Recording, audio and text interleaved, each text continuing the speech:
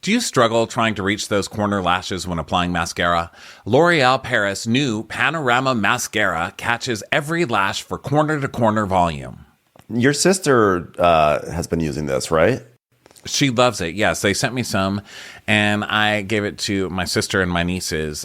And actually, I looked at, I saw my niece the other day and was like, your eyelashes, is that the new mascara? She's like, yes, look at them. They were like fanned out. I mean, this is a great product. You can buy Panorama Mascara on Amazon today. Want to see life in panorama with fully fanned out lashes? Now you can with L'Oreal Paris Panorama Mascara that creates corner-to-corner panoramic lash volume. When you choose Organic Valley, not only will you be enjoying great tasting dairy, you'll help to save over 1,600 small organic family farms who are protecting over 400,000 acres of organic farmland and all the plants and animals that call it home. This is dairy you can feel good about. It's great tasting, high-quality organic dairy, ethically sourced from small organic family farms. To find Organic Valley Dairy near you, visit ov.coop. That's ov.coop. This podcast is supported by FedEx.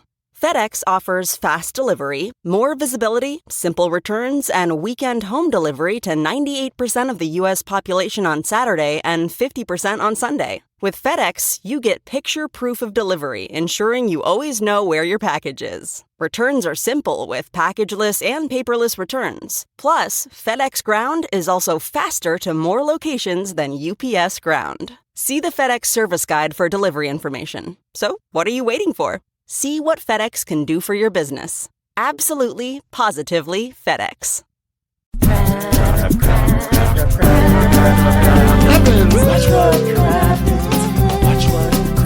Who cares what happens when there's so much that happens? Watch what happens. Watch what happens. Who cares what happens when there's so much that happens? Hello and welcome to Watch What Crappens, a podcast about all that crap on Bravo that we just love to talk about. I'm Ben Mandelker, and joining me today is Mr. Ronnie Karam. Hi, Ronnie. How are you? Hello. How are you doing? Great. Good to be alive. It certainly over here is. still kicking, y'all. We'd love to hear that. We are welcome back to everyone. Today is our Summer House recap. In a few weeks, we've got Netflix is a Joke. It's coming up very quickly. So if you're in the LA area, come join us for that at the Kookaburra Lounge. Also, London, Dublin, Birmingham, and Europe. Come join us for those shows if you are abroad. We'd love to see everyone at all these shows. Go to Also, men are allowed to come. Men are allowed to come. Men are allowed to come. You're only inviting broads. Get it? You say, feel free to come if you're abroad. If you're abroad. Hey, if you're abroad, you know. That's what you're going to be getting, guys. That's what you're going to be getting. Okay. That is Get your tickets. That is our unique brand of American humor that we are going to be exporting to the UK and Ireland. It's called For the Jokes. For the funnies. Daddy jokes. Daddy jokes. So go to watchcrappens.com for that. So before we get into the big recap, though, we want to do something very fun and special, which is welcome back one of our dearest friends to the show because we love her so much. She's literally one of the funniest people that I've known, that I've met ever. So please welcome back to Watch What Crappens, Michelle Collins. Hi, Michelle. You boys, I feel like it's been such a long time, and I'm just so thrilled to be here and to see both of you. You've never looked better. When did we all become the hottest versions of ourselves? This is my question that I have. For real. I was looking at a Facebook memory from 12 years ago, and I was like, I look better now. Thank I have a better one for you. Industry. I'm showing at my, this sounds like I'm doing a blind plug, but it really is true that at my tour, which I'm here to promote, Big Natural Tour, but I'm talking about The View, and I have not looked at clips of myself on The View seriously. I'm not talking a lot about it, but a little bit, enough for the people to whet their appetites. Yes. But I went back and I watched footage of myself on the show, and the fact that I didn't fully Javert myself off a bridge. I mean, I was just like, how no wonder the network was like, how did they even agree to put me on to begin with? Knock me out. I'm like, they did the right thing. I'm on their side. I changed my tune. I'm like, they absolutely did the right thing. But, you look amazing, Michelle, though. Thanks, man. Yeah. Your hair looks great. Thank you. I know. It's kicky. I'm like a curvier Countess Luann. I went with a gay friend of mine in Amsterdam to a gay bar, and someone went, Countess Luann, when I walked in. I was like, that's nice, but also I'm not her. Sorry. You're like, yes, thank you very much. Exactly. Okay, so what are you doing now? Before we get into Bravo stuff, I only talk to you if we're on the show. Because I haven't talked to you in forever, Ron. I know, I haven't seen you in so long. So where are you? What are you doing? Ben told me you're living in Amsterdam now. Because, I mean, obviously I follow you on the Insta, so I see you all over the place, but I don't know where you're at. And then I saw you tweeting like, oh my God, I'm missing everything in New York. I'm missing the eclipse. I'm missing the earthquake. This is what the economics of New York City did to me. So I was like, where are you? That was an economics joke, to be honest, because I mean, it was really an economics-based joke. That was. I got it, but I was like, where is she now? Yeah. So I do live in Amsterdam now, which is just funny, and I think skeletally speaking, I've never felt more secure because everyone is very tall there. So it's like so full Home Depot Halloween decorations. Like you walk in there, you're like, wow, everyone's massive, and that I love. So that's been fun for me. But yeah, but I'm back in New York now doing press before the tour, and then I'm going to Miami for a couple days. I'm not being funny. Everyone's like, oh, to see your parents. I'm like, but also to get Botox and highlights. So that's really why I'm going. To me, that's sort of like, wow, you've really made it. You're like flying to a city to get beauty things done to yourself. That's kind of chic. Are there Botox options in Amsterdam, or are they like not like? Is it not? Tell you, it's so funny that you asked that because I did once get Botox. Actually, twice I got Botox there, and I had the meanest. This is actually such a triggering story for me. So basically, I was overcharged. This is really crazy. This is crazy. I was overcharged for $20 when I went the last time to this one place, which fine, who cares? And they were like, "We're so sorry," because they're very cheap. The Dutch the term "going Dutch" is because of the cheap motherfuckers who live there because they split every fucking bill. Okay, I learned that after I moved there, right? So anyway, she's like, "Oh my God, I'm so sorry. We'll put it on your account for next time." I went, "Thank you so much." I go back. 6 months later to get it done again. Now there's a new doctor there who looked like the what's the thing in Ice Age where the eyes are on either side of the head? John Leguizamo's animal. You know who I'm talking about. Like, I don't know what animal that is. Yes. What is that thing? I don't know what that thing is actually. I don't know. A squirrel, prehistoric squirrel or something. It's like an Ice Age squirrel. Anyway, his name is Wouter, spelled Wouter, like a modem, like an internet Wouter. And he's like, and I have to wait for like 20 minutes. No one is in the waiting room. There was just a camera, like a Big Brother camera lens focused on me, the patient, waiting for Wouter to come in. So finally he comes in, not an apology to be seen in sight for the lateness, not one apology. So I'm already like sort of hyped a little because I'm pissed, and then he sits down and I go, "Oh, by the way, I just want to let you know I have a $20 credit, because I knew I was going to forget. So I was like, just so you know, I have a $20 credit on the account. And he was like, "Is something troubling you? Something wrong?" Like that. Oh, Ben. Oh, Ronnie. Troubling. That's where I actually put on my Rocketeer backpack and orbited the Earth. I was like, is something wrong? Actually, yes.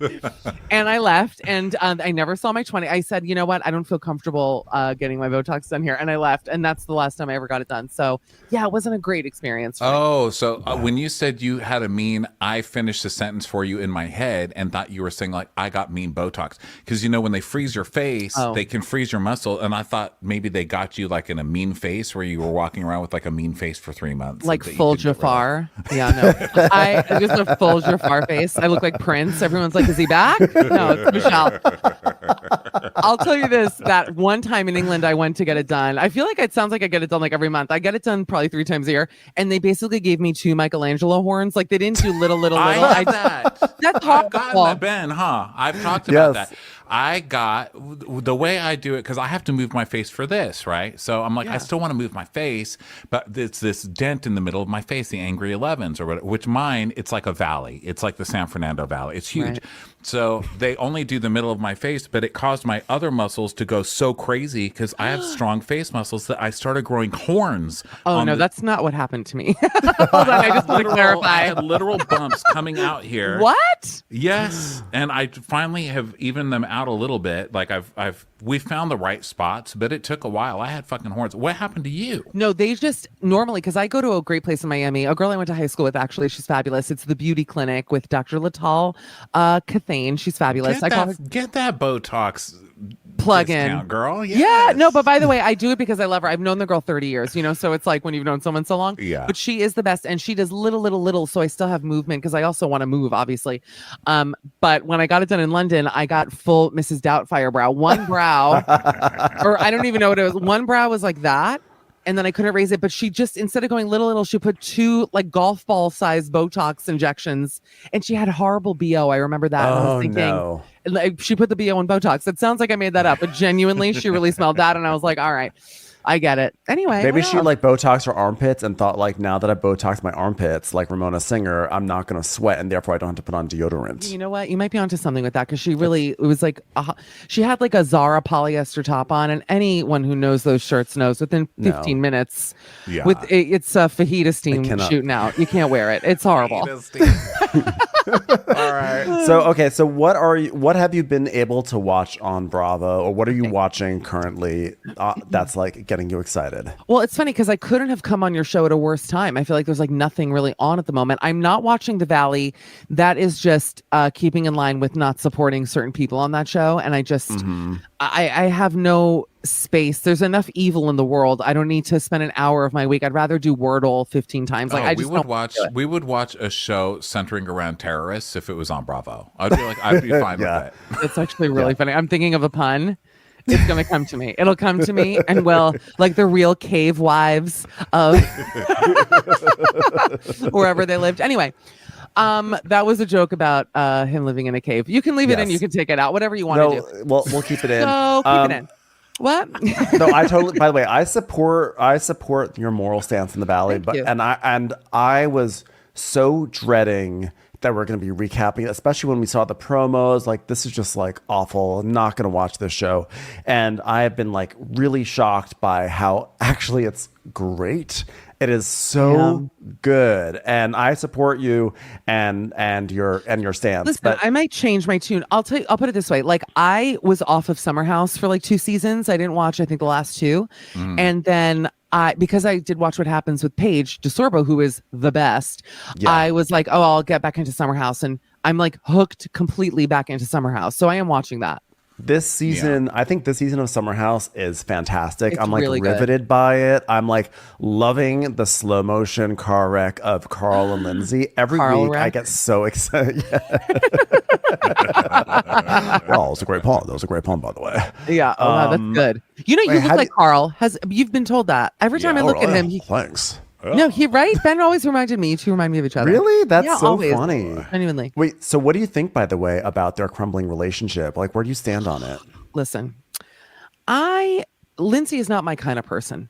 Lindsay is someone, there are a couple people on that show who are just not my kind of people. Kyle is just not my kind of person. Kyle is someone who I would never have in any orbit on the planet. We would never find each other in the same circle, in the same party. It wouldn't happen. And I feel the same way about Lindsay. Lindsay to me she's like, she thinks she's type A, but she's just, the A stands for fucking annoying. Like, it's like you're not actually doing anything. You're just being fucking annoying. And you think that by being annoying, you're actually being a strong woman, but actually you're just, needling people. So I find her really unbearable, I guess is the terminology I'm looking for.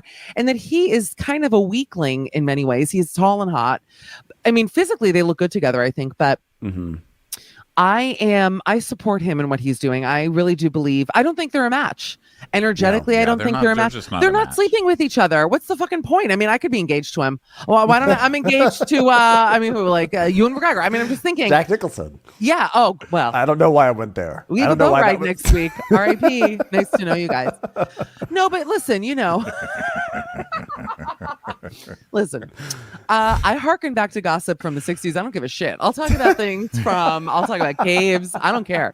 I'm like out of my mind. I'm so jet lagged and tired right now that this is a fever dream of happiness for me. Go on. That's how we like it. Yeah. No, we've been talking about Carl and Lindsay like week in and week out. And like definitely the two of them are just trying to just erase all the damage that they have in their lives. They think that like by coming together, she can finally get her fairy tale and he can be like a grown up, and they're just like a disaster. They're a disaster. And listen, so are Amanda and Kyle. Yes. And for much the same reason. Energetically speaking, they make zero sense. I mean, I just don't even understand. Like, Arrested Development to that level for this guy is troubling. And she's someone who's like an adult. So that's going to be a problem for them, you know? And I love West. I would. Oh my God, he's the best. I actually don't even know what I would do for one night with West. I actually went West. So I'm thinking like one night in Westcock. I'm thinking of like puns. Yeah, I know. I was actively like trying to get my pun machine going. I don't believe in West yet because why? Because he's just too good, and I've learned that that's a lie. He's like Halo Top ice cream. It's like, you're funny. You eat it, you bite every flavor of it, and then after 3 bites, you're like, this tastes like chalk, and I have diarrhea now. Oh, Halo Top ice cream is one of the worst. I'll put it this way. Skinny Girl brand is Jean-Georges compared to Halo Top ice cream. Have you tried Nick's Fjord? No, I don't know what that is. It's another low calorie kind. It's better, but that's opposite. Like you have to have 3 bites or 4 bites before it tastes good, and then it's okay. At first, you're like, "Oh my God, I'm eating cancer," and then it's like, "Oh my God, cancer is so good." Do you remember this the Skinny Cow ice cream sandwiches? I was just about to say Skinny Cow. No! I love those. Those are fucking delicious, but they were also hit or miss because sometimes you'd get the perfect batch where you were like, call the chef out. These are the most delicious ice cream sandwiches, and then sometimes the cookie would be way too spongy and it would get in your fingers, and you'd be like, "Well, this is a bad batch." That's you true. needed the crunchy cookie. I actually always like the spongy on my fingers. I don't mind that at all. Spongy on my fingers. I don't trust. Spongy on my fingers, also known as Carl and Lindsay's relationship. I like West so far, but I also don't trust him because he has teenage boy hair where he pushes the hair forward. Do they do that where you live? Because in America, all the teenage boys have the same hair where they push it forwards and they put it through a curling iron and then they push it forward, and that's. Wow. Well, all the middle school parties that I crash, they do that in Amsterdam, but that's all I can speak for. What do you think about Jesse Solomon? Here's the thing with Jesse Solomon. He reminds me, I never went to camp. I didn't come from people rich enough to send me to sleepaway camp. Okay. I'm already agreeing with whatever you're going to say. Had I gone to sleepaway camp, if I was that kind of a girl, obviously, I don't know if I would have been absolutely in love with him, probably, or like hated him because I wasn't cool enough to be in his circle. Do you know what I mean? So both. Like, probably both is the truth. So he does stir up weird feelings for me because he is someone that I would have probably like gone to high school with or known in school. We're so the same because I said that guy would bully me in high school. I just see he would be mean to me. He would just say he would pretend he's my friend and then just say shitty things or set me up to look stupid in front of the cool people. I just know it. I don't think he's a bully, but I think what he would do though is lead you. He would like friendship lead you on. He would make you think that like you guys are friends, and then like when you call to hang out, like he's just like nowhere to be found. You know, and I'll admit that in the past couple episodes, he has wormed his way into my heart a little bit because I do like his friendship with West. And he does seem, that Avatar girl that he brought over with the tail. I can't. God. That girl, I thought, listen, now I don't want to slut shame anyone because, listen, you don't know my life. The reason for that is I don't F anyone on reality shows, okay? Because that to me is really crossing a boundary of just like self-respect. I did not like it. Yeah. On camera, you mean? Yeah. Where they're like slurping in the hot tub. Oh my God. But then covering the camera with the towel. Listen, it happens on Big Brother. That's almost different, but still questionable. But like she came in there being like, yeah, I'm going to fuck this guy. Like the way she walked into the house. I don't know, pardon my language, but it was just. That whole show, how they set up the whole show, it really is like, you have to go on these shows and fuck someone. It's like, that's what it is now. It's kind of like a whorehouse in a way. Like they had Winter House, which was even worse because Winter House, they're like, okay, you're all staying here for 3 weeks. Find someone to fuck or you're fired. You know, and they all go in there and they're like, I think I like that guy. Oh my God, he likes that other girl. What am I going to do? That's exactly what The View was like. The View was just like that. And that's why it didn't work out for me. I was like, what? Okay.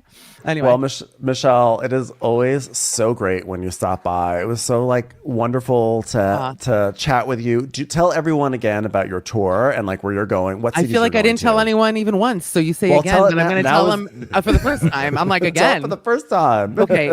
I want to say a couple things. First of all, thank you for having me. And I really did miss you guys. And it's like, where have you been? Ronnie, you have to come co-host my daily show. And Ben, you've done it before. Ben, obviously, anytime either of you are welcome. Tell The me Michelle whenever. Collins Show. I'm there. The Michelle Collins Show on Patreon. It's patreon.com/MishCall. Daily episodes. I do an episode with my mom once a week. It's completely, if you want to know how this person is created, please sign up. There's a free trial, etc. However, that's not what I'm here to shill, shockingly. I'm here because I'm going on my very first U.S. comedy tour. It's called The Big Natural Tour. Yes, it is a play on words. Thanks for asking. And I'm going to 8 cities. So we start April 23rd. I'm in Atlanta, Georgia.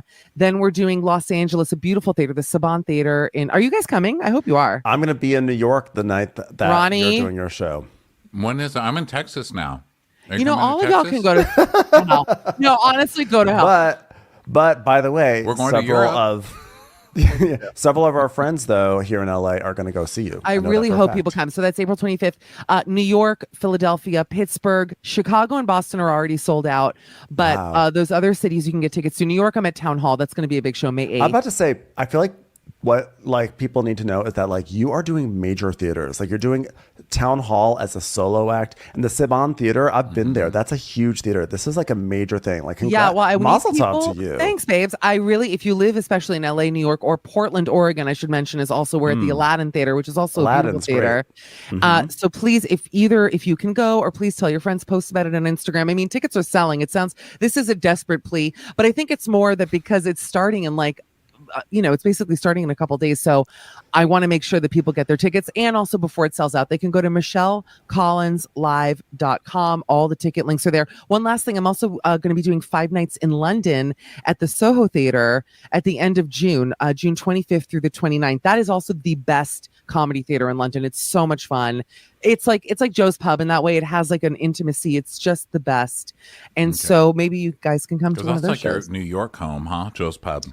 I love Joe's Pub, but Town Hall is a moment. So I'm really looking forward to that. That really is. That's so cool that you're going to be there. I'm shocked that this is your first American tour because I feel like you're always all over the place. Yeah, I'm all over the place. I'm just not touring and performing. I'm excited because I'll be seeing you soon. But I hope you have the most amazing shows. Thank and everyone you. should go see Michelle as I can say as a testimonial to someone who has seen Michelle live.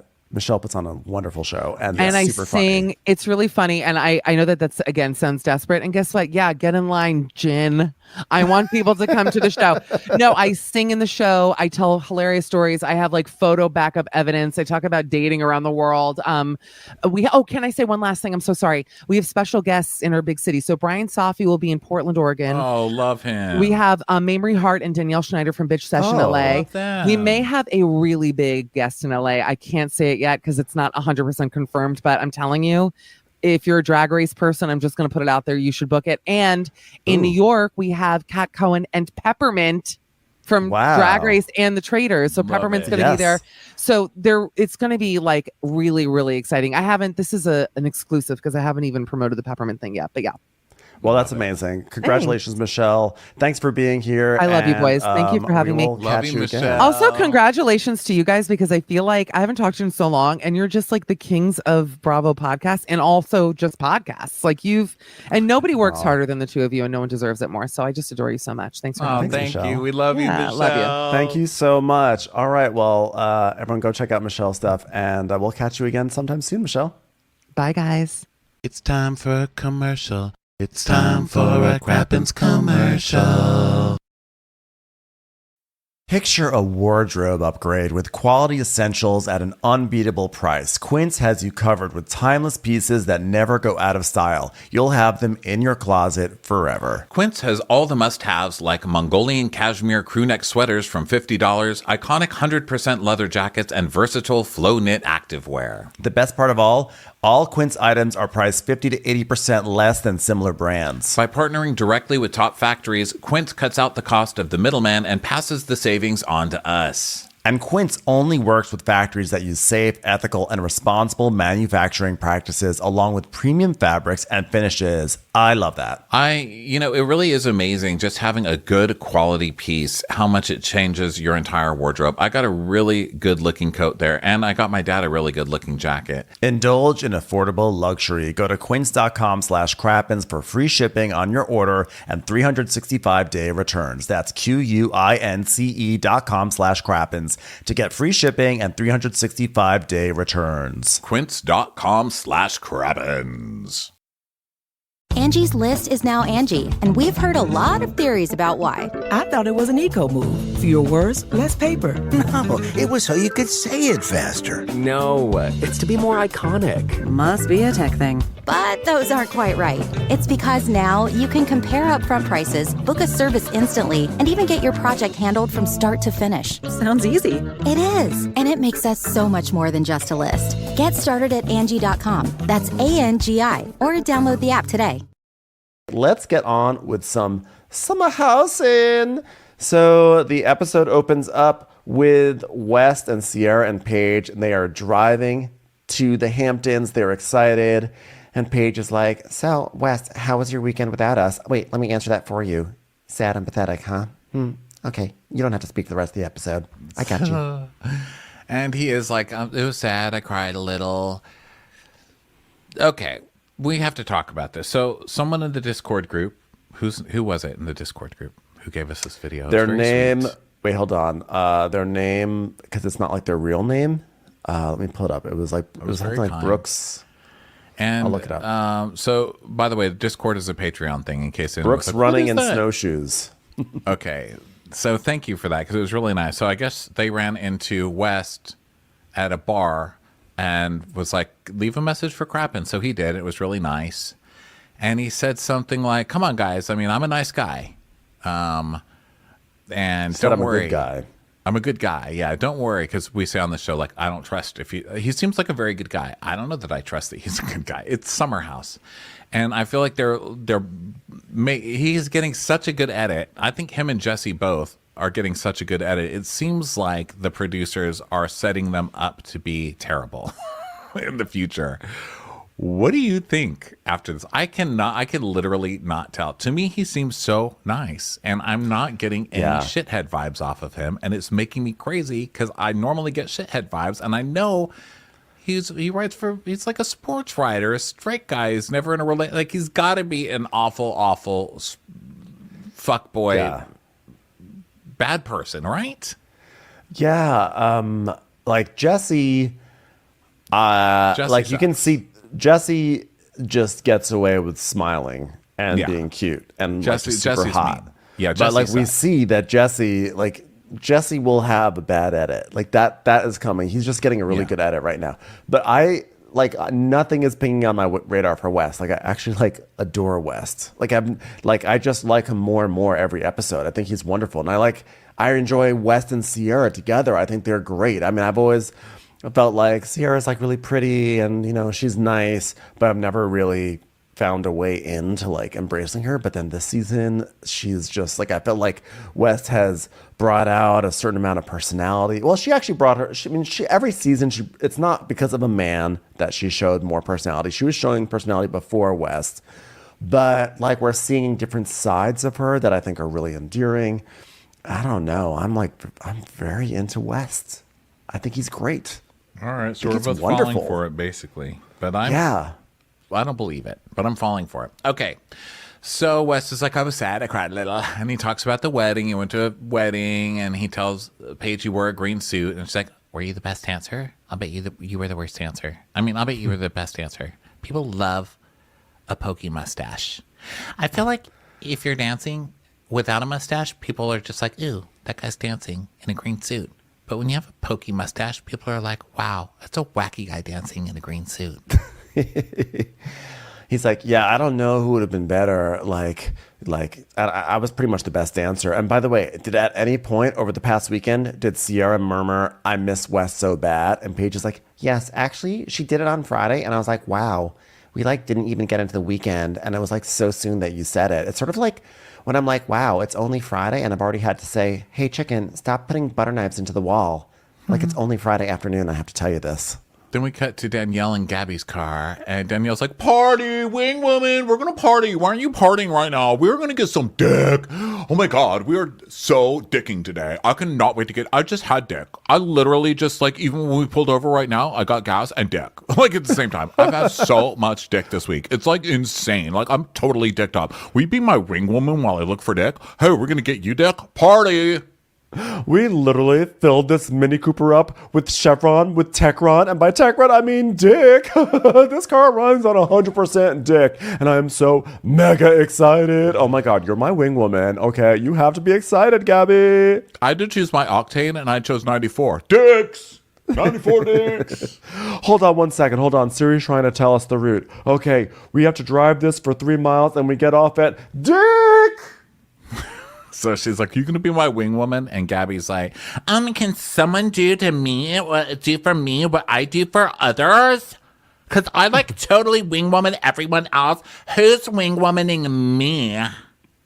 Yeah, no one's wing womaning Gabby, but also we saw from last season that this is what Gabby like flirting with guys is like this. So what sign are you? Disgusting. I already hate you. Don't even finish saying your sentence. I'm not going to bother with him. He started to say an F. Like he put his teeth on his lips like he was going to say a word that started with F. And I'm like not about F words right now in my life. So then Gabby's like, "I'm a working girl and I have a job. And my parents moved away to the great state of Texas and I had to go see them," which was disrespectful. I mean, Texas. Yeah, so now I'm back and I need to get into some mess. And like my sister has a boyfriend and that's like ruined my life because now my father's like obsessed with my relationship status. Like, who are you talking to? Why aren't you talking to more men? Maybe you should approach more men. Like literally the worst thing ever. And so Danielle's like, "Dick, that's the vibe, dick." So then we cut back to Sierra and she's telling them that she got her modeling contract signed. And Paige is like, "That's amazing because you are literally the prettiest person I've ever seen," when there's not a mirror next to you. But still, good for you. Yeah, outside of me, you're the prettiest person I've ever seen. By the way, how long are those contracts for? Not to make things awkward, West, but she's going to be traveling. And so Sierra's going to be overseas for like 2 years, potentially a few months here, a few months there. And Paige is like, "That's so exciting. Almost as exciting as it will be to see West crying into his popcorn when you're gone. It's going to be so great. Can't wait to talk about that in the bed." And West is talking about how Complex has emailed him because he might get a job with Complex, which is funny because that's what this show is going to give him. So it's like so much happening at one time. And he might get it. And he's like, getting laid off is so humbling because like I had like a super cool job and I thought I was going to get a job right away, but then I didn't. So now I'm like humbled. By the way, here is a problem with West. You mentioned that he has puffy bangs like a high schooler.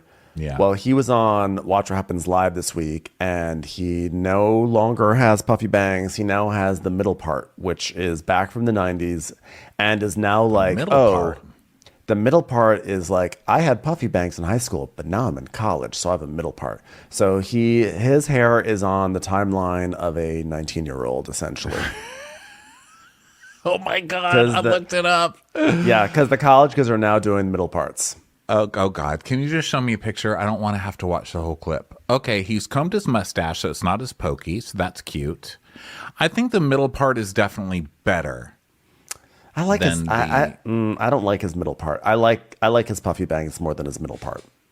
He's so cute. I think he reads older than he is, which is why children's hair looks weird on him. But I think the middle part is more Deadwood, and he's wearing like a seersucker-ish suit on Watch What Happens Live with an ascot. Is he wearing an ascot?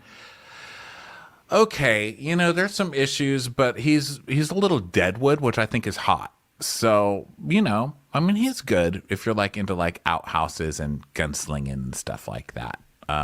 But yeah, it's definitely better than the push it's a forward certain kink. So the Mini Deadwood Cooper for sure is a kink. The Mini Cooper arrives first, so Danielle and Gabby arrive, and like the fridge is funky, and Danielle's like, the fridge smells, but honestly, this is not my department, but you know what it is? And I thought, you probably thought I was gonna say wine, but I really mean dick. It's dick. It's dick. So then the Kia comes, and the Kia of love, the dreaded Kia, dun, dun, dun, dun, dun, comes down the driveway, and it's Lindsay and Carl. And it's like, thank you for getting me here safely. Oh, you are most welcome. Oh, wait, hold on. Let me put the brakes. Yeah. Oh, shifting the park. Well, all right. Great, by the way. I know we can get out of the car now. Hey, what's up, everyone? What's up? Hey, Wes, what's going on? Welcome back. Hey, everyone. I'm just like happy Carl. Carl's happy today. Whoa, what's up, everyone? Hi. Hope Lindsay doesn't abuse me today, everybody.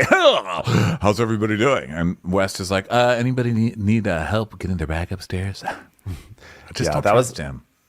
Yeah, actually, I think that was Carl who said that. I think I wrote down West because we're sharing notes, and it was Carl. So West didn't even offer. Well, more like. Okay, then I trust West again because that's like a real man. That's like a real guy. But Carl be like, yeah, does anyone need any help with their bags upstairs? Okay, all right, I'll bring them up, everyone. If anyone needs me, I'm going to be logging bags up for the next 45 minutes. Okay, cool. Love to be in service. I'm a good person. I'll be back.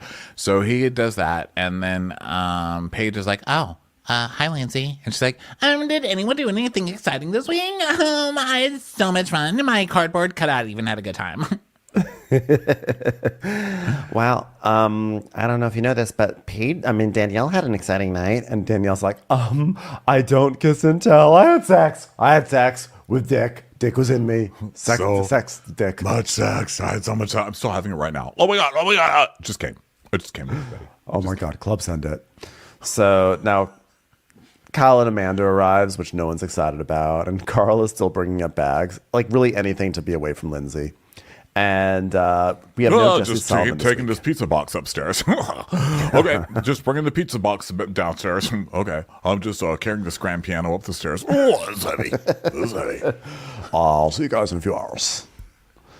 So now it's nighttime. Everyone's getting ready for dinner and everything. And Lindsay's like in Danielle's room asking some questions about fashion advice, whatever. And Lindsay's like, things with me and Carl have been really good. And I dropped him off at the airport on Sunday, and he went to Ohio for golfing. So he was gone for a couple of days. I'm just this is what our relationship should be like, just not him there. And I don't need a lot of alone time, but every now and then I could go for a few months. You know what I'm saying?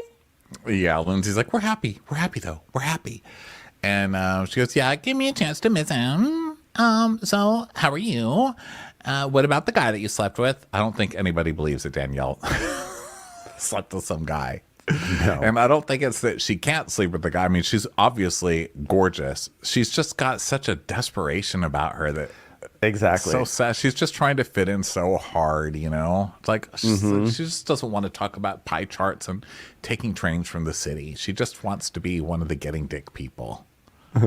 She's like, oh, I would do the same thing over again. The thing is, so I talked to my therapist, and I'm warming up to the idea of going on dates, but it's not on my mind. I love the hustle that I'm in, the hustle of starting an app about fashion that's never going to go anywhere. And I just don't want to go into distraction mode. And so, besides, the couples in the house, I mean, you included, no offense, are not making me want to jump into a relationship, okay? And it's like, well, everyone's on their own journey. It's like, yeah. And you know what I'm on a journey of? It's like a cobblestone street made of dick. And that's all I care about. Driving over dicks, driving into dicks, potholes full of dicks, dicks hitting my windshield, and then getting in my eye. Oh, I got dick in my eye. I almost crashed because I had so much dick. You know what I mean? I feel like I'm back, baby. And Lindsay's like, Lindsay is so bored, but Lindsay's trying to hold up her end of the I'll check on you and you check on me. You can just see it. Lindsay cannot hide it in her face. That's what cracks me up. She's just like, so how about this guy that you're seeing? She's not believing it at all. And as Danielle just does her dick monologue, Lindsay is literally like, this is why I never asked this girl anything. I know. So then later, everyone's still getting dressed for dinner, and Carl's in the bathroom, doing his hair, and Lindsay's changing her top, and she's in her baby voice, and she's like, Meeb, I don't like when I have to dress up when I don't feel good, Meeb. And he's like, oh, I'm sorry, I think you look beautiful. I know, but I just feel blah. Oh, but you don't look blah. Oh. Yeah. I can't wait for these two to break up. Me too. I need it. I really need it. So then Sierra and West are playing a game. Oh, that's correct, man. She's like, I want to play this game. Have you heard it? You say the same word? And he's like, yeah, I saw it on TikTok. She's like, yeah, me too. Let's play it. All right. Okay, here we go. Okay. 1, 2, 3. Later. Food. 1, 2, 3. Kia Sportage. Harmony.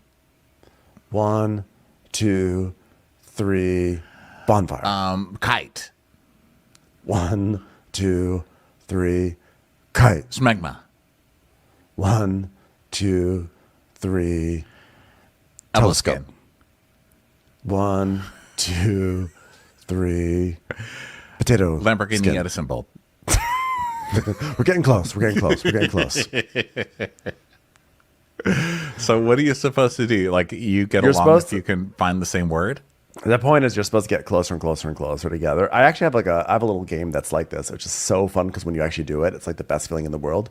But I guess in this version, everyone says something that both people say something at the same time, and then you're trying to like sort of get closer and closer and closer until you say the same word at the same time.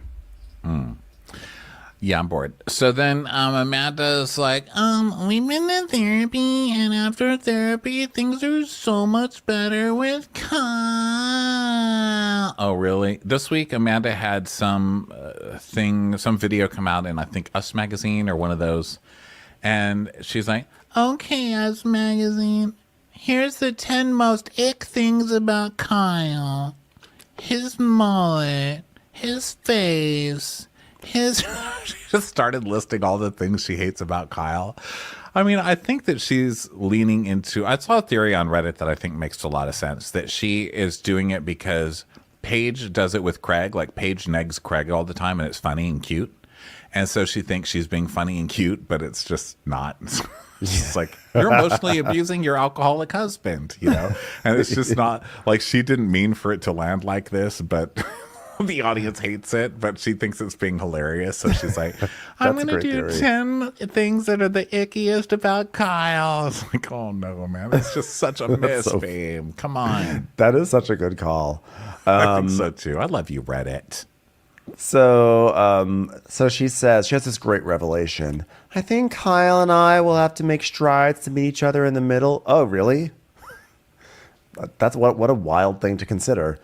So she's like, we're both hard-headed. Nothing's working out because that is such a Pat thing to say, We went to therapy, so we're going to meet in the middle because we're both hard-headed. So I'm going to listen to him and he's going to listen to me. Okay. Really? You really needed Dana Pam to come into your apartment to tell you to meet in the middle? So now they head out to the club.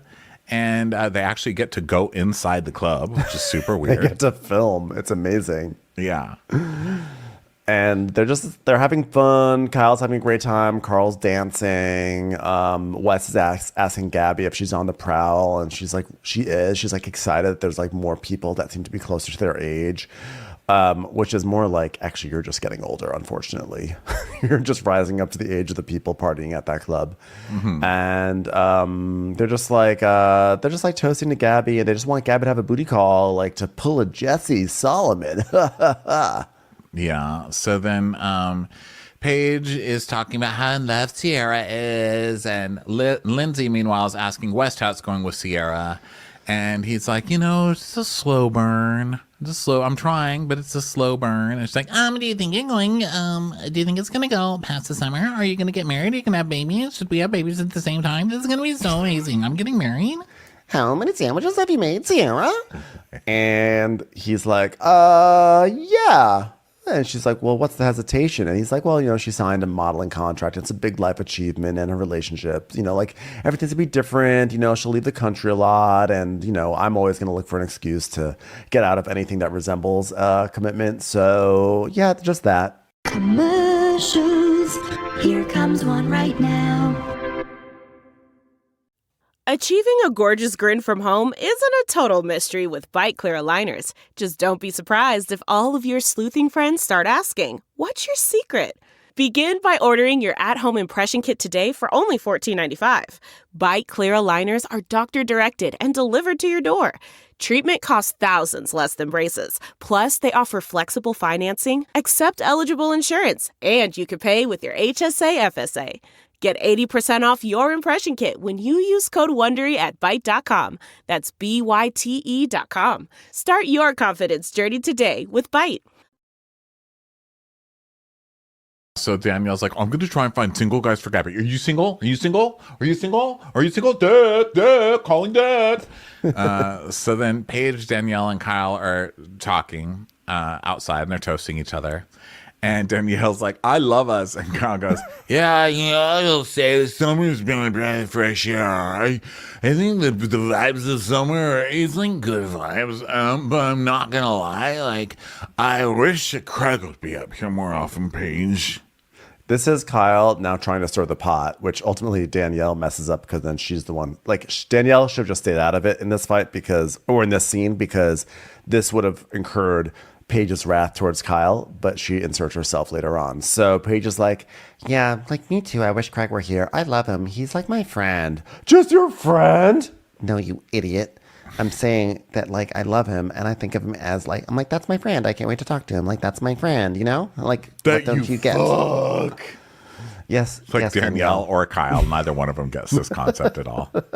She's like, I'm trying to say it's like the most romantic thing in the world because, like, I'm in love with my best friend. And Danielle's like, disgusting. Kyle's like, that's gross. Why do you want to fuck your best friend? Why do you want to have conversations with a person as your life partner? I don't want to fuck Carl. Yeah. You know, the only thing I worry about is that, like, when he was up here 2 weeks ago, it was like the first time I picked up on a little uncertainty. And he's just like, dude, I'm no longer like, we want to get engaged because I don't know what Paige wants. And you don't feel like you're stringing him along. You're like, come on, join us in the misery pit. Come on, Paige. Yes. So it's messy, but she knows by now what he's doing, you know? So she's like, well, I know I'm going to marry him, but it's going to be on my terms. And if that's not okay, then it's not okay. And Danielle's like, yeah, because you have his balls on a fucking mantle. I mean, there's something holding you back, and I just don't know what it is. So I'm just going to keep it real with you. And Paige goes, great. Yeah, I can't wait. Can't wait to hear it. Can't wait for the girl who mortified herself on Winter House to keep it real with me. Like, go on. I can't wait to hear what the girl, the real girl says, who's talked about all the dick she got in the past 2 days when everybody knows that's a lie. Go ahead. Can't wait for the girl who's been on this show for 8 years and hasn't leveled up beyond the Mini Cooper has to say. Go on. Can't wait to hear what the girl has to say who tried to stalk her boyfriend in Aspen and got dumped again on a ski slope with a hamburger bun probably thrown at her head out of a restaurant, of the snack bar that he's working at. Can't wait to hear what the girl who spent all this season floating alone on an inner tube in the pool late at night with no one to talk to. Wonder what theories she has to say. All last weekend, I sat and stared at that hot tub, and I thought, I wonder what that girl with hot dog on her face is thinking about my relationship. I just hope that when you weren't here last weekend, Danielle, you were able to find some sort of body of water, maybe a bathtub, maybe just a trash can, and could sit there alone like you normally do. So go on, tell us the insight. Like, here's me being real. I think you've given him nothing. She's like, I've literally given him a fraction of a closet. I don't know what you're talking about. And that's exactly my point. I accessorized him. That's more than I've ever given anyone else. She's like, you actually think this is a forever guy, or are you going to be this badass bitch who's doing her own thing, and you're just like, he's just good for right now. I love that Danielle. You see, this is Danielle how she really thinks. You know, she wants to be like, I'm not even thinking about guy. You know what I'm thinking? Just dick. But then she's like, oh, what are you, just like a badass feminist, or are you a partner? Which is it, Paige? Are you saying you haven't just like given your entire life over to a man? That's wild, because that is Danielle's. That's what we've seen her she was in a relationship with a guy who was in Aspen, who was in the Hamptons, and she moved everything and conceded everything for this guy. We've seen her basically I can't think of the words. Like basically in Winter House, she just gives up all of herself just to go after someone like Alex. She takes herself out of the equation, I think is what I'm trying to say. And then she's like, wow, Paige, I can't believe you actually want to keep yourself in the equation and make your decisions the most important decisions in your life. Yeah. It's weird. It's sad because it's like a desperation thing. And, like we make fun of people on this show, but I actually genuinely like all the people on the show right now. Like there's no one that I hate on the show. I like them all as people. I think they're nice. Even Danielle, she's like misguided and stuff, but I feel bad for her at times like this because it's so sad. Like she's so beautiful and so smart, and she's just such a twit because she's so desperate for a man. And like, I think ultimately, as someone who gets insecure in relationships and stuff like that, I know what that attracts. You know what I mean? So I know where I'm coming from on this one. And I think it just attracts horrible people. And I think even if you do attract a good one, when you're always acting out of insecurity like that, it's just not attractive. And people don't want to stay with that. Sorry. So you're going to have to get some confidence, babe. Like, and no one can do that but you. I don't know how you're going to do it, but I don't know. You know that Paige is staring at her and is like, what part of me having to fly a regional airline to Charleston every 2 weeks is me not giving something? I have to wear flower prints exactly on down right. there. But also, I've hung out with Shep. I had to eat pheasant that Shep shot with tiny bones at a table with an okay gay. My I don't want to boyfriend hear puts it. me in situations where I am eating buckshot, and I'm still with him. I know. I think that what Danielle is failing to realize here is that the reason why they have not gotten engaged or anything like that is because their success is regionally tied up to where they are living. And it's just like, it's a big issue. It's a big problem. And someone's gonna have to make a major sacrifice. And they just don't want to make that sacrifice yet. So they're just kind of kicking it down the road, which I think is totally valid. And for Danielle to perceive that as Paige not giving Craig anything. Why does Craig deserve anything, by the way, beyond what Paige has already given him? Craig has proven to be a largely irresponsible person who lucked into a pillow thing. He literally carved a hole into his wall once, and he built this new house. And when they show footage of his new house, there's already a window that has cardboard over it. So like, I'm not even joking. I know, it's funny. I forgot about that. So like, but I also don't like that it's always like, why aren't you doing anything for the man? Like, why isn't he moving? Why isn't the question, Craig, why aren't you moving your ass to New York? Because Craig's thing is, well, I have a store. Please, you have a fucking national pillow. You are not sitting there sewing all those pillows. Stop it. Yes. Everybody knows that you're not, but your friend is running that whole damn business and you're getting a person. And I'm not just, dissing what he does. Like, I know that it's a business. It's cool what he's built, but you don't have to be there every day at that store. You could move just as easily as she could move.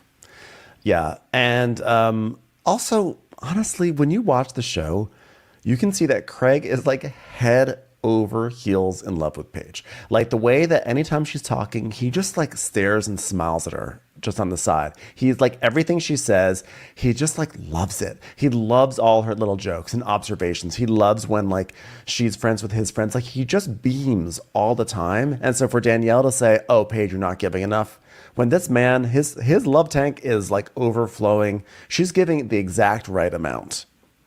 Yeah. Agreed. Okay, so, there's also probably jealousy kind of tied up in all of this and all that too. Jealousy, cheating, and whatever else. So Paige is like, I was trying to do Outcast, but I only remembered 2 words of the list from that song. So I failed. There was no cheating.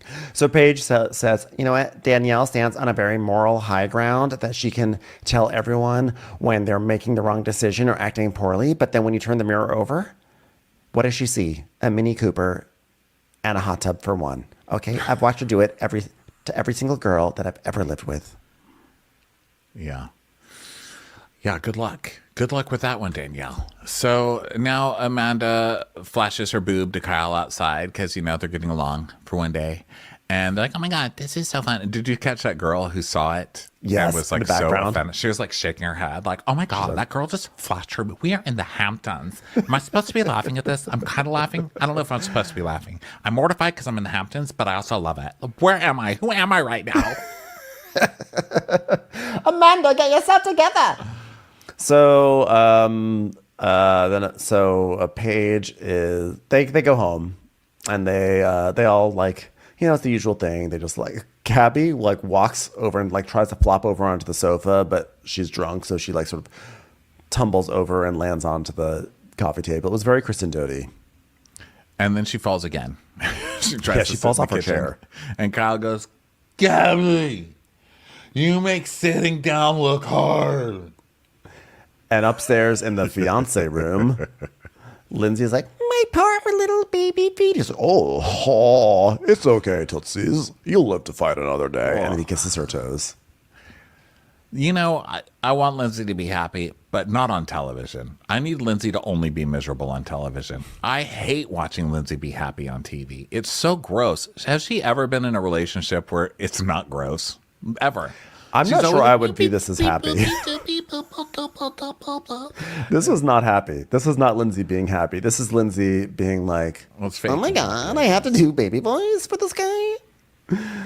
So then now Amanda and Kyle are in their room, and Amanda's like, Kyle, this is the last night you're allowed to stay up this late in your life, Kyle. He's like, wow, I can't believe you're my wife. You were like partying tonight. You haven't done this for like 2 years. Wow. And then he's like, yeah, Amanda going hard at the club tonight. Like, clearly that is for me, but it also reminds me what a good team we are. You're not a team. You're shit-faced together, dude. You've got to separate that. You're happy with her because you're drunk all the time and you want someone to be shit-faced with. You have to have more than that if you're going to have a long-term relationship, sir. Okay? You can't just be wasted all the time raising your baby. Of course, like I said in the last recap, I was kind of raised like that. But then look at me. I'm a fucking mess. I don't even know what I'm talking about anymore. Fix it. You look great, by the way. So Wes tries to have sex with Sierra. She's like, no. And they all go to sleep. So the morning, everyone's waking up, and Paige, like, of course, goes right into Amanda's bed to gossip. She's like, okay, gossip sesh. Okay. Okay, are we ready to talk? Oh, wait, hold on 1 second. Carl's in the kitchen. Let's let Carl talk. 1 second. Hey, good morning. Oh, hi, Gabby. Good morning, everyone. Who wants to go to Barry's? Good morning, good morning, good morning.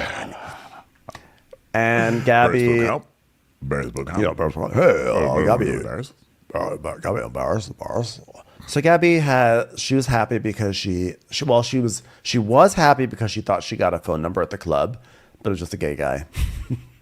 Yeah. Daniel's like, I got so many numbers, so much dick. Like, it's crazy. I woke up sleeping on dick. It's crazy. I woke up, my comforter was made out of dick. Yeah. And tonight we're having an out of this world party and like all things extraterrestrial, like aliens, single men, ambassadors from the planet Dick. So Danielle and Carl are talking, and she's asking how he's doing, and he's like, me and Lindsay are in a good place. Like, the last 2 weeks have been like really good, mostly because we haven't been talking to each other real. So glad you and Lindsay are in a good place. I mean, that's good. Like, you're coming to our wedding. I'm so fucking happy about that. Yeah, because I love you. I love you, right? Like, if Lindsay lets me. Yeah. But before that happens, Lindsay has an announcement to make, which is that, guys, I have a guy coming in for whoever wants him. And his name is Balloon Guy. Balloon Guy Joe. All right? All right. So Balloon Guy Joe, he's like really hot. Spotted him. He was blowing up balloons at our house. And he's hot. May not have had a bath in about a few months, but he's all yours, guys. So Danielle and Gabby, may the best single girl win. Joe is frightening. And this is what happens when you are the single one around people who are obsessed with not being single. They just get gross people off the side of the road, and they're like, here, have this one. He's single. And Paige goes, oh, yeah, that guy. He's cute in like a grunge sort of way, which is my way of saying absolutely disgusting. 1,000% no. I'm only saying the word grunge because I'm not allowed to say homeless anymore, and I forgot the substitute word for that. Is it ungrunged? Unhoused. That's what it is. That guy is totally unapartmented. Am I allowed to say that? No, he seems great for someone who may be a murderer. I'm just saying that. It has nothing to do with this housing situation. I'm just saying he has murder in his eyes. He loves balloons too much. Okay, I'm going to see my way out of this. Yeah, he's gross. So people are swimming. I'm sorry, I skipped a lot. I didn't realize. So people are swimming, and Amanda's like, I'm going on a float. So West and Amanda and Paige are floating around, and West is like, so would you guys bang on the first date when you were single? And Amanda's like, no, I would wait until the second or third day, and then on the fourth day, I would say,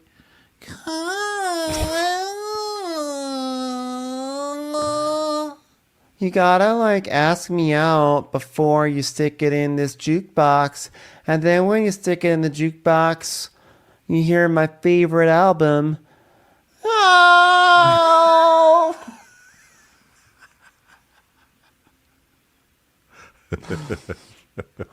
Hey, Amanda, I'd like to play track F31.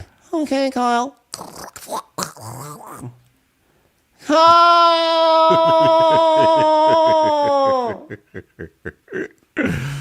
So West is like, well, I mean, I get like it's not the first night, but I'm on weekend 6. And he's only been on 2 dates, though, which is very Carl. I'm surprised Paige didn't bring that up. Like, were they Wednesday dates? You need to try harder. So she's like, are you nervous that you've been friend zoned? And he's like, I mean, by now we've usually made it home. Just gonna say. So. Do you want to cry? Are you embarrassed? Just give us something. We need to talk in the bed soon. So just give us a little material, for our little gossip sesh. So he's like, like obviously we're more than friends, but like after a while, like there's got to be a reason for it. Like she's told me she's never dated anyone younger than 35 or something. And not only am I 7 years younger than everyone, like I also don't have a job. So it's like it's a little in the back of my head for sure. I'm like, well, I guess it's like, he's got the height thing going against him. He's got the jobless thing going against him. He's got the young thing going against him. It's going to take a while. It's going to take a while to seal this deal. Yeah. So Danielle is now. So now Danielle and Carl are talking. And she's like, "Oh my god, so many guys are texting me. I don't even know how they're texting so much. Like, does Dick text? Like, it's crazy." Hey, by the way, your limoncello can matches your bathing suit. So congrats, you look like a soda can right now. Amazing. Aw. So they talk about Lindsay, and then she was talking about the club, and she's like, it was nice seeing you have fun at the club because last summer you weren't like allowing yourself to let your hair down, but now you seem like you're so happy, and you don't need to be drinking to have the best time with a bunch of drunk people, right? And he's like, oh, yeah, I guess so. You saw the new non-alcoholic Loverboy, right? Because I've been thinking long and hard over the past week, and I tried them, and then I was like, maybe there's a world where I do something like this with Kyle, because he's like low-key been trying to get me back. Sounds like he's really been thinking long and hard. So I was like, maybe there's a world. So Carl's like, yeah, like I think having like 7 or 8 months away from it now, I feel like it has been like one of the best things for me. And like, if I do want to do something with this, like we need to like sit down and like figure this out with him. You know what I'm saying? Yeah. And she's like, have you talked to Lindsay about it? Oh, honestly, no, I haven't talked to Lindsay about it. Why would I talk to my fiance about my job prospects? That's scary. I don't want to do it. I don't want to go. I want to go home. I want to go to Barry's. I'm going to Barry's, everyone. Bye. It was a great talk. And we find out, here comes Carl. Here he comes, everybody. Watch out. He's like, 100%. I'm very weird about telling Lindsay about any career opportunity. And we see why. Because he said he wanted to open a sober bar. And she did not approve of investing all of their money in a brick and mortar bar without liquor. Now, babe, she's not saying she doesn't want you to work. She's saying she doesn't want to invest all of her money in a bar without booze. That's a stupid idea. So stop acting like, oh my God, I'm trying so hard. It's just that Lindsay isn't supportive of me. It's such bullshit. It makes me crazy. And here he goes again, peddling this narrative that he would be doing this and this and this if he just had some respect from Lindsay. Find a better idea. Get a fucking job. Getting a job isn't just spending everybody's money until you're broke, babe. Yeah, everyone's like, poor sweet Carl, poor sweet. Oh, he's so gentle. Someone somewhere online. I don't know what platform, but somewhat, people have been saying like, just because Carl's sober, like we don't have to treat him like this little delicate little child. Someone's been saying it. I've been saying it. You've been saying it, but many people have been saying it too. And like, now this is going to be sort of like a weird comp because people don't want to talk about this lady right now with Bravo because she's turned her back on it. But Leah McSweeney, she went sober for her second season on New York. And I can say with authority that no one treated Leah McSweeney with the same sort of like, oh, she's sober now. Oh, yeah, she's making choices.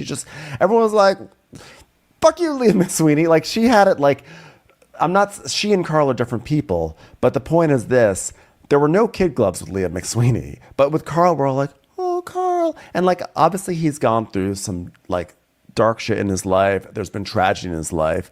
But like at the same time, at a certain point, it's like, we can't treat him like a little boy, And so now he's like, oh, well. It's infantilizing because it's a man. It's a tall, cute He's like, I was a fuck boy, but now I'm reformed. I'm a good little boy now. Yeah, and that's, all the changes he's made in his life, I think it's not easy what he's done. And I think all that's great. I'm not talking about all of that. I'm not talking about his sobriety at all. I'm talking about his shithead nature in this relationship and setting somebody else up like they're a fucking emotional terrorist.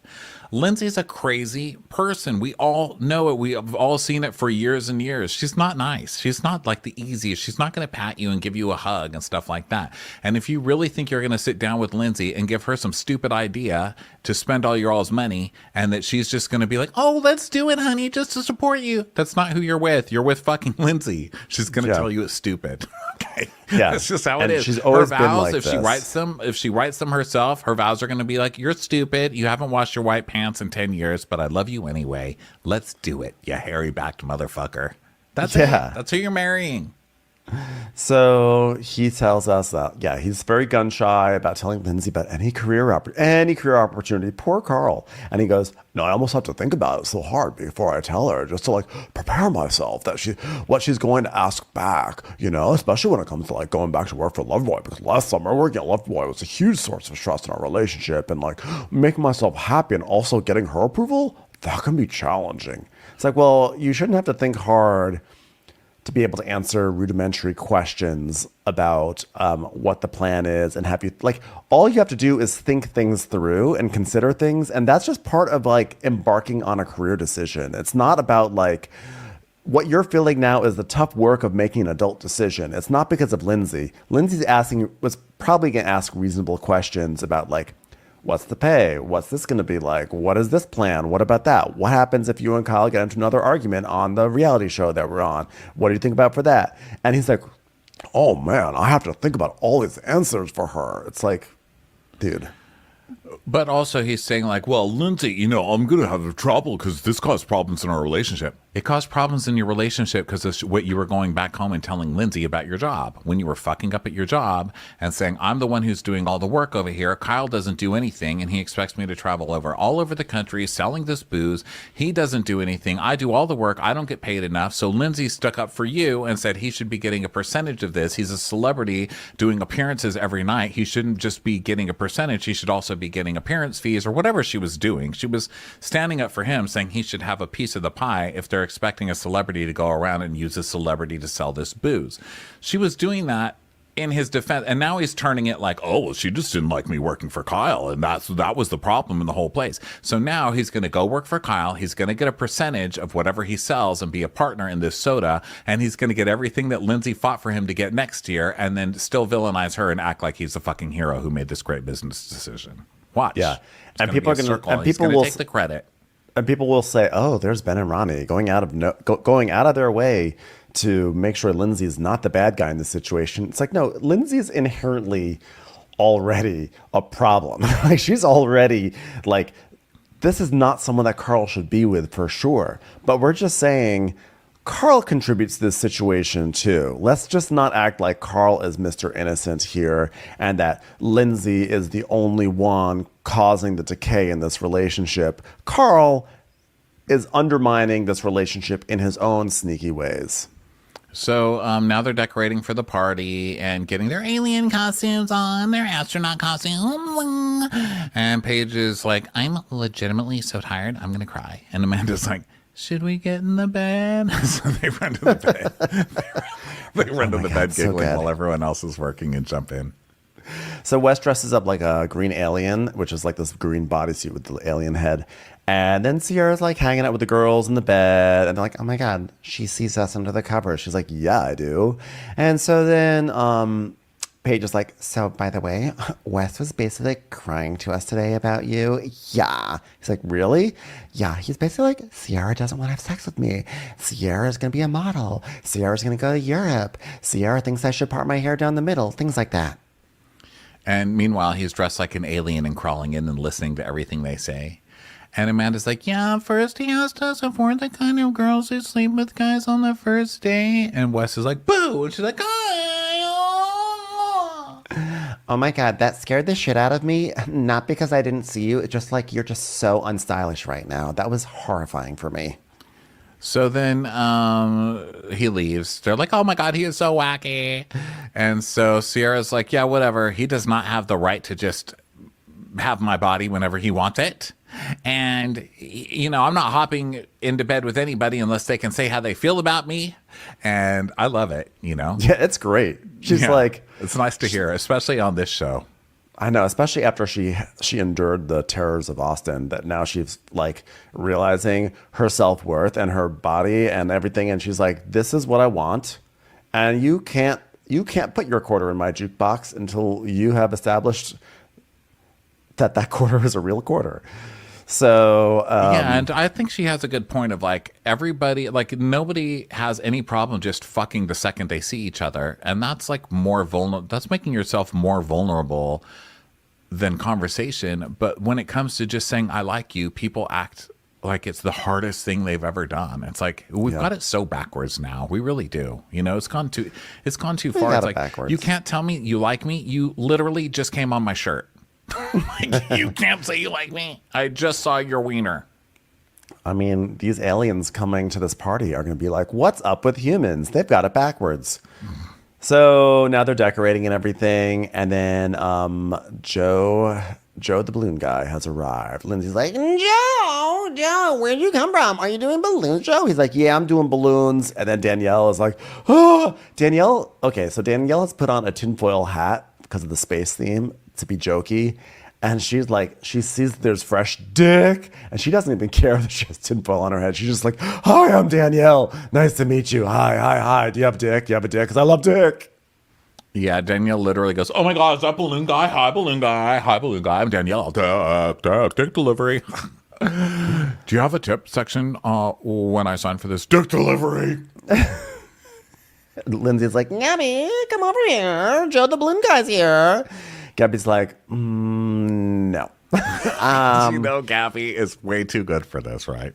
She's like, balloon Joe is very attractive. The backwards hat, the muscles, he's blowing up balloons, it's all very good. And I'm assuming he uses condoms then because that's the same materials.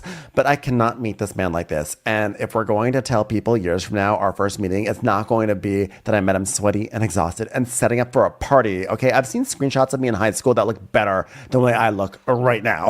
I had braces then. Yeah, she's not interested in this guy. I don't believe it. And meanwhile, it just cuts to show like, what is that, a tinfoil hat there? Yeah, it's fucking hot, right? So then inside, everybody's getting in their costumes still. And guess who shows up? It's Chris. It's Chris, everybody. Hold for applause. It's Chris. He's like, what up, ladies? What up? I was like, oh, geez, Chris. And he hugs Paige, and she's like, oh, hi. And she like looks off the side like, I thought we got rid of this guy already. Oh, God. She's so disinterested. She's more disinterested than Lindsay having to hear a story from Danielle. Right.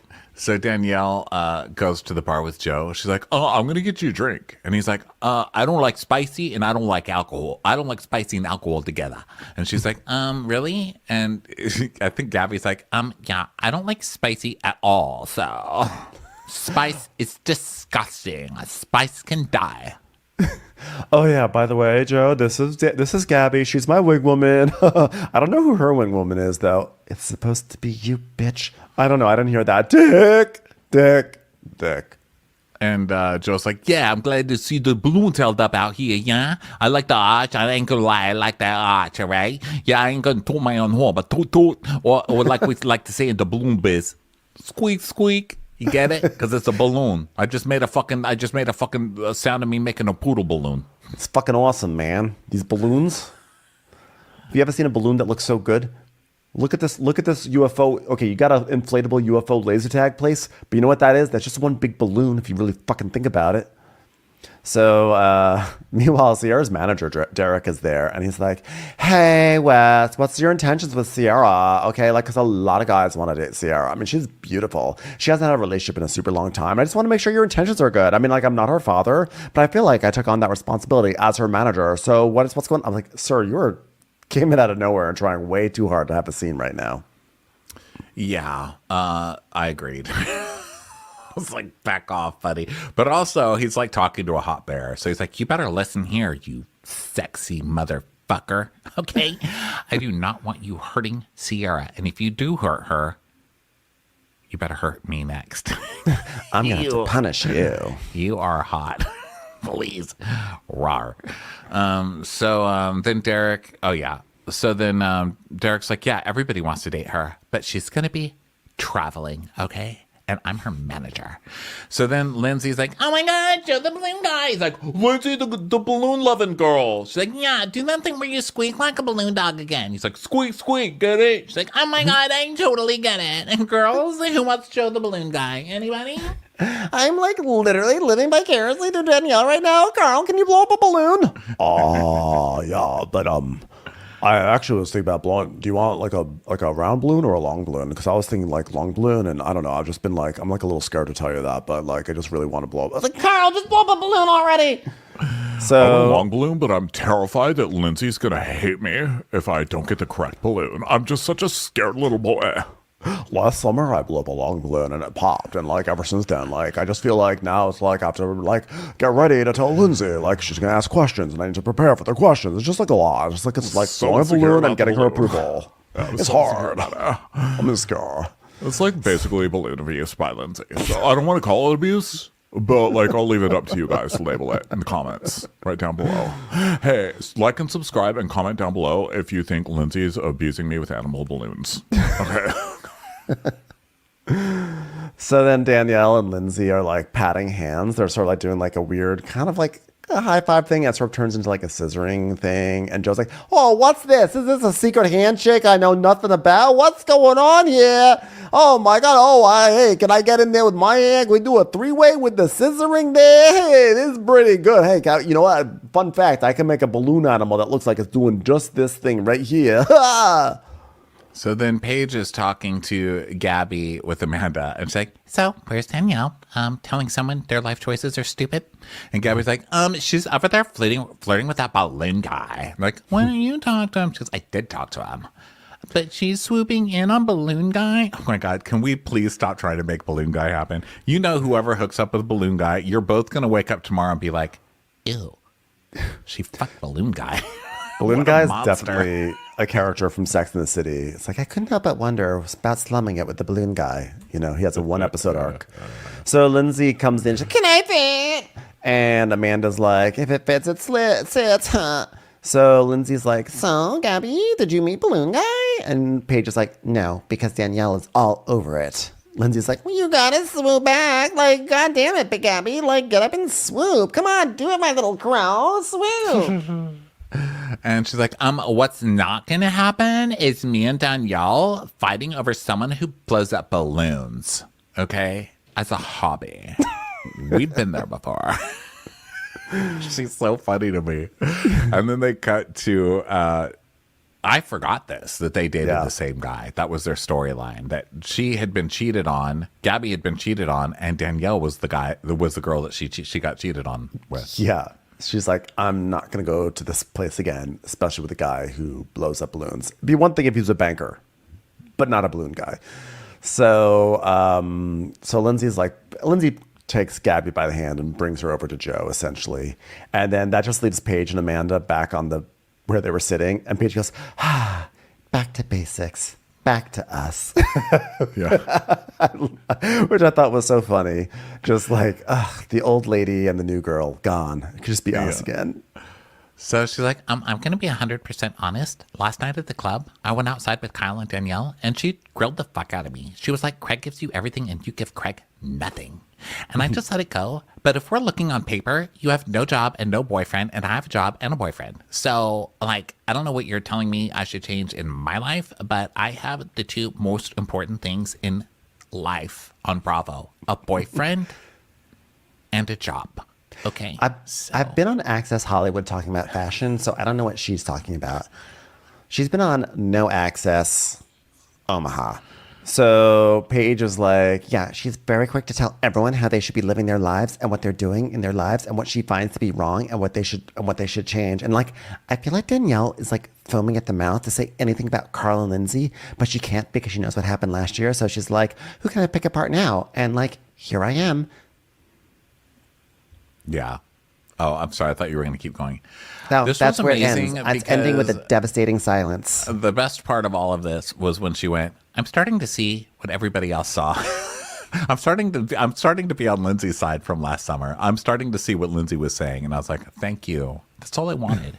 Like, this is literally all I live for, is when someone's like, Ronnie, you're right. Thank you. Listen, I'm like, still on. I'm television's Paige DeSorbo. I would just like to say, Ronnie Karam, I love you, and you're correct. Thank you. Thank you. It was my fucking birthday today. I'm like finding validation up and down the shore. So thank you very much. Love you. I've liked and I've subscribed. Thank you. Meanwhile, Gabby is now having a moment to flirt with Balloon Joe, and she's like, you want a shot? He's like, yeah, do you want a shot? I was waiting for you to ask me, but I didn't want to seem pushy. We already took a shot together. Yeah, well, poor, what are you waiting for? You're acting like I'm not going to say yes. She's like, this is the worst decision I ever made in my life. I know. I love the complete disdain she treats love interests with. She's like, do you want a shot or not? So back to Amanda and Paige. Amanda's like, yeah, well, you know what? Danielle's very passionate about her opinion, and her opinion is like the only opinion. And Paige is like, yeah, please call Lindsay and get her back here and like take her friend, because like we made a mistake. We don't want her anymore. This has been too much. Get Danielle out of here. So funny. So then more partying. And then, I don't know, West is telling Sierra, where have you been literally my entire life? And then Kyle and Lindsay and Sierra do this thing like they're being kidnapped by the aliens. They're being beamed up, like a big light shines on them, and they do like a dance in the light for way too long. And it just keeps going. And Paige just goes, is that it? Look, even the aliens don't want Danielle. That was a real tractor beam. They got an actual spaceship to come here, and it wouldn't take Danielle. I wonder if they get a refund for that, or if the aliens are going to be like, no, it's literally in our contract. We don't have to do our job if Danielle's part of the package. So. Yeah, Danielle is a UDO, an unidentified desperate object. So Carl and Lindsay sit down because Lindsay's like, I lost my wig. So they sit down and she's like, did you see me get abducted, babe? And he's like, yeah, I didn't know what was going on, but you were like, whoa, it was hilarious. Yeah. Yeah, my hair blew off. Yeah, I know. You were like blown away. We're so in love right now. I know. This is so sad. Her trying to be so funny. Like, oh my God, my wig blew off. I was like blown. You were blown away, Dad. Do you have anything to report, babe? Like, oh my God. So he's like, oh, you know what? We need to have a serious conversation. So I was waiting for us to be in alien costumes and you be drunk. So let's do that. So we're talking about this with Kyle. Look at this. It's Loverboy soda. And he would like to think that there's a world. I'm just going to keep saying that because this is basically like a movie trailer. So in a world with Loverboy having soda, Carl is a man in a world with a soda called Loverboy. Yeah, so I was just like, is there a world where I could be involved with this in like some capacity? And she's like, well, how do you feel about that? Well, I want to learn more about it, which is my way of not giving you an answer because I want to see how you respond first, and then I'll give you more of an answer on my part.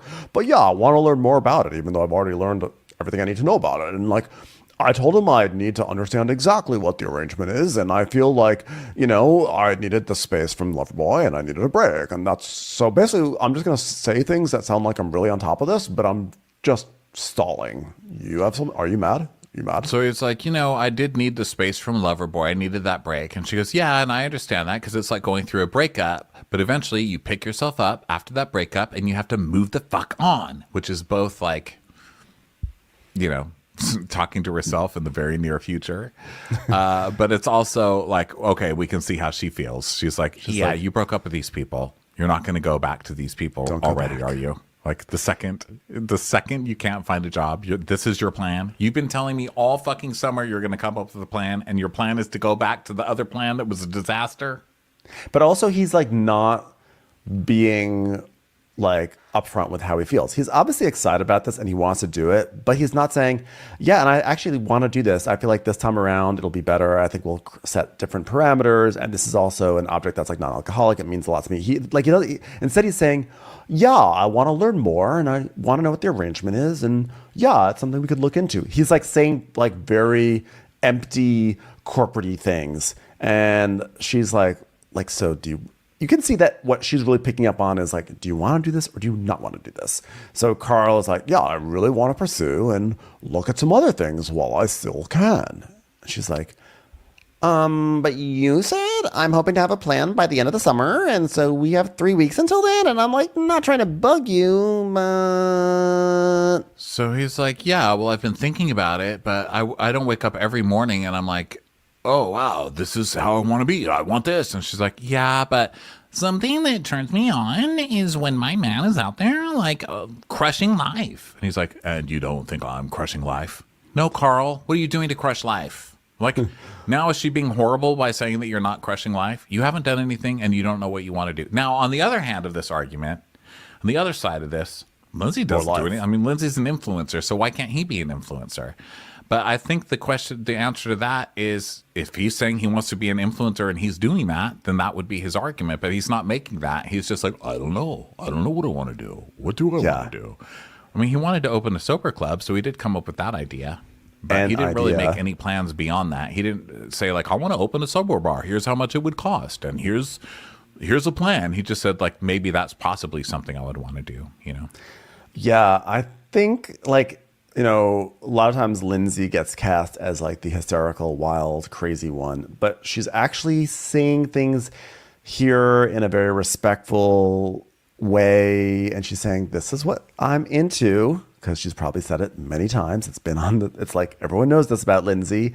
And, you know, he's like, well, sorry if I'm like, you don't think I'm crushing life right now? You don't think? I mean, how many times do I have to say more life before you realize I'm actually crushing it? I'm crushing more life, you know? This is what I love about her. No matter what is going on, and she knows that he's not liking this and that he's trying to make her, you know, the villain, but he's like, and I'm not crushing life. And she's like, no, not really. Like, what in the world are you doing that would make me say you're crushing life? Now, look. Here's the thing. I don't think I've said this before. I don't think that everybody has to be this ambitious person who wants to do a ton of stuff and have all these goals. That's fine for him. He doesn't have to live a life like that just because she wants it. But she has a right to want to marry somebody who does want ambition and wants to be a provider and do all this stuff. They just don't want each other. They're coming from a place of settling and trying to turn each other into what they want, but neither one of them wants to be what the other person wants. He doesn't want to live like that, and he has the right to just, you know, make what he can while he can and chill on the beach if he wants to, you know? Yeah. And he's like, well, sorry you feel like that. And she's like, look, you know, you have to think we're walking into a marriage that is, we're contractually binding all of our assets. And I don't know where I'm going to be if we have kids and I want to stay home and raise kids, because they have to, like, I need to be there. They need to suck on my nipple and they need a lot of attention. And I need to know that I have a partner that's also going to do anything to bring in any type of money, because I need that security, which is, I think, she's like being incredibly straight up and very honest. and very rational and reasonable by saying this. And he's like, oh, well, if you want me to get a job, I'll go get a job. Acting like that's like the worst thing in the world. Yeah. I don't hold it against Carl if he doesn't know exactly what his like life ambition is yet. Like that doesn't just happen like that. But like, don't be offended if she's like, can you at least show that you can get a job? Yeah, but I think he's saying like, I didn't want to get a job. I wanted to figure out my like forever plan, which is why I'm not working right now. But he's like, okay, well, if you want me to settle and get a job, then I'll get a job. And she's like, okay, well, even if it means moving on with Loverboy again, that's fine. I just want you to make it a priority to make money for our family. And he's like, this is the thing. Like, of course, you started the whole Loverboy thing last year about how you're not being respected there. She ended up looking like the huge witch for it, which as usual, because she wore the pants and walked in there and was the bitch about it when you wouldn't be. But she doesn't care if you're working for Loverboy. You cared that you were working for Loverboy, and she doesn't care that you're working for Loverboy. She just wants you to have a goddamn job, go to work, Carl. Because his employment record has not been great. He got fired like every single season on this show for a while. And so Carl's like, I understand. I have a partner that's like a go-getter and just wants like the best for me. And like, I just think she gets scared and fearful about getting married to someone who doesn't have his career figured out yet. And I'll give her that. But like, it's scary to have a partner that doesn't like believe fully in you. And like, no matter what, you'll get it figured out. Like, I know I can do it. I just need my partner to believe that. And I don't know if she does. Like, because what reasons have you shown her? Like, she believes in you, but she also believes that there are bills that are going to be due. And, you have, like, maybe the way you can really give her confidence to show that you're just capable of keeping a job. I mean, I think she believes in you and that she's going to marry you, so she assumes that you will get it together. It's just, it's Lindsay.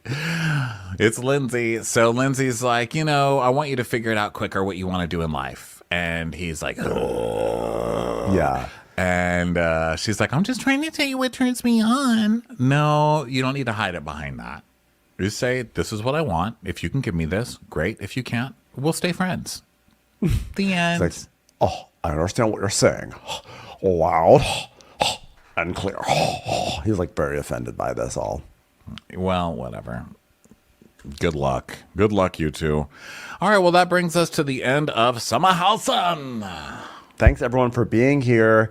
And we will be back next week with a whole other week of recaps. We will catch you on the next one. Bye, everyone. Bye. Watch What Crappens would like to thank its premium sponsors. Ain't no thing like Allison King. Ashley Savoni, she don't take no baloney. Strolling the park with Caitlin Clark. She's not just a Sheila, she's a Daniela. Itchels. Aaron McNicholas, she don't miss no trickolas. She's never scary, it's the Green Fairy. Jamie, she has no last namey. Hava Nagila Weber. Know your worth with Jason Kurth. She's the wind beneath our Jennifer Wing. Sip some scotch with Jessica Trotch. She's always supplying, it's Kelly Ryan. Kristen the Piston Anderson. Let's give a kisserino to Lisa Lino. We want to hang with Liz Lang. Megan Berg, you can't have a burger without the Berg. The Bay Area Betches.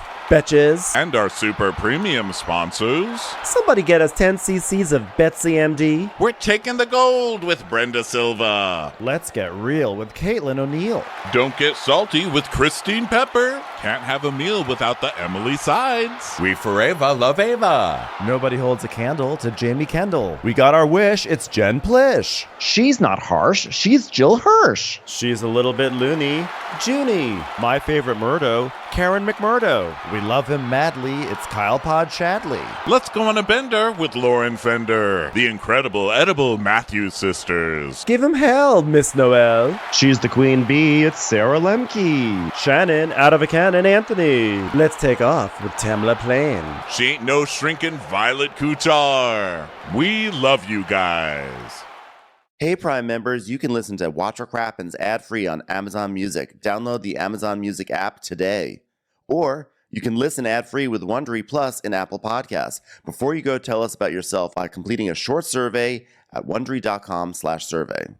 I love a good parasocial relationship with a celebrity who will probably never know my name. I mean, honestly, who knows? Don't count yourself out. But my favorite part about these feuds is how they're ignited by the tiniest things. Jada, I love you. G.I. Jane 2, can't wait to see it. I accidentally laminated my brows too much. It starts small and then it gets so big. To be honest, Naomi, I'm fearful of you to this day. I don't know her. We all just have to admit, we're addicted. Everybody has opinions. Everyone picks sides. Leave Britney Spears alone right now! From Wondery, I'm Sydney Battle. And I'm Matt Belisai. And this is Dis and Tell, where we unpack why we get so invested in these feuds and whether or not our attention only makes the whole thing worse. Follow Dis and Tell wherever you get your podcasts. 50 high school senior girls descend on Mobile, Alabama every summer to compete for a massive cash prize. It isn't Survivor. It's one of America's most lucrative scholarship competitions for teen girls. It's been around for 7 decades. Now you'll hear what took place behind the scenes. From Pineapple Street Studios and Wondery, this is The Competition. I'm your host, Shimo Liai, and I was Nevada's contestant 20 years ago. Now I'm returning as a judge to find out what 2 weeks with 50 of the country's most ambitious teens can tell us about girlhood in America. What happens when the competitors are thrown into the deep end with the best and brightest? And how does surviving the competition prepare them for everything that comes after? Follow The Competition on the Wondery app or wherever you get your podcasts. You can binge all episodes of The Competition early and ad-free right now by joining Wondery Plus.